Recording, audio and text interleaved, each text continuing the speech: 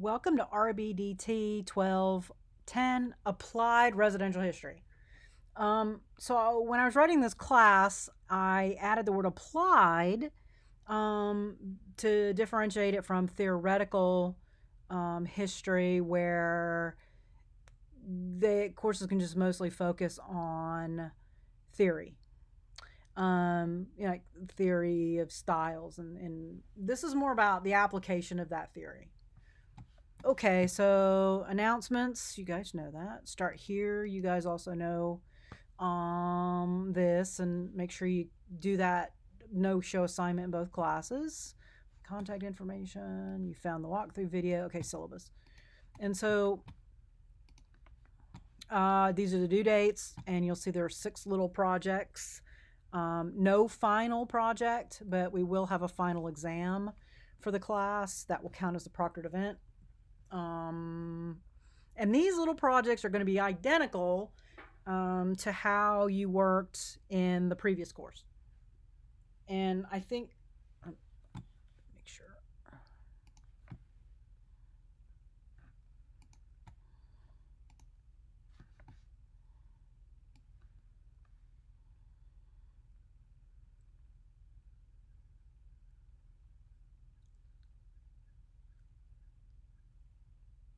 Yeah, so it's pretty close, pretty similar to what you're. I just wanted to make sure, double check, because I hadn't looked at these since I set these up last semester. I just wanted to make sure. So you're going to kind of do the same thing. There is another textbook for this class. It's another fabulous textbook that you'll be happy to have by Dr. Chang. I think he's a doctor now. Global History of Architecture. And you're going to use the book to help you create. Let me put it this way. You're going to do what you were doing last semester, but this time you're going to apply historical styles. And the reason I have you guys doing that is because we work in historical styles some of the time. Sometimes you'll do a renovation that you'll need to match a historical style. Other times the class will just tell you what they like. Or you'll figure out what they like and use those styles. So it's really important to begin to apply those. So you're going to have a bunch of fun, creative projects to balance out the more dry Revit drawing side. And eventually, guys, when you get to the end of this program, you're going to be able to combine those two together and balance out to make much more realistic projects that will work for your clients. Course policies. Again, I have the rubric. I thought I screenshot it, but I didn't. We will do the proctoring, and you saw it was an exam. I guess I should turn that off since there's no additional resources for this course. I'll turn that off so it's not in there anymore. Place for you guys to chat, announcements, and then assignments. And you see that we're going to cover these periods of time. We're going to look at residential architecture. And you would be amazed, because I was, at how little there is out there that is focused on residential. Most architectural texts do both residential and commercial together. And so it was interesting. So 6 little projects, no final project, and then you'll have a proctored exam in the final week.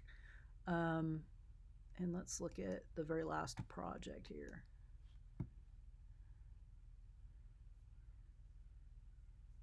Now, as you're working with Revit, if you guys want to start doing some sketches in Revit towards the end of the class, if you want to do a final in Revit, you can do that. I'm not dictating what you have to use, but in this class, if you want to use a computer, you can. I would say it's probably an individual case by case on how strong you feel your drawing skills are, whether you draw well by hand. And I would say those of you who feel like you don't draw well by hand, you may want to start using drawing tools, drawing aids. or you can use a computer. So your call. I'm giving you more latitude. And then also you're going to see, right, your residents. You guys are literally going to start designing these buildings now that are buildings and not like last semester where they were just sort of abstract projects that were residential-ish. These are going to have more structure to them, and this is where the architectural graphic standards is really going to help you out because it's going to help you determine sizes. So yeah, that's it. We'll cover these periods. We'll go all the way back to 5,500 years ago when humans began building our dwellings instead of living in caves, all the way through the 1950s. And then, of course, there are modern styles now, but they're really more reduxes of all these other styles, or they're houses that emulate the modern, ongoing commercial architectural style. And so we can talk, once we start getting into other courses, we can talk more about how to begin to bring the more current era into your projects. But this is also a historical course, and that history is kind of ends around mid-century modern, which has made its comeback. Calendar, again, will populate for you all. Email, and then grades. So you will have that.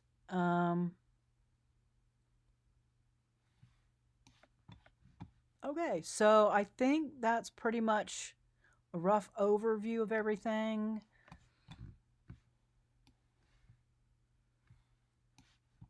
So welcome back, and this class is a lot of fun. I look forward to seeing your beautiful designs. Talk to you soon.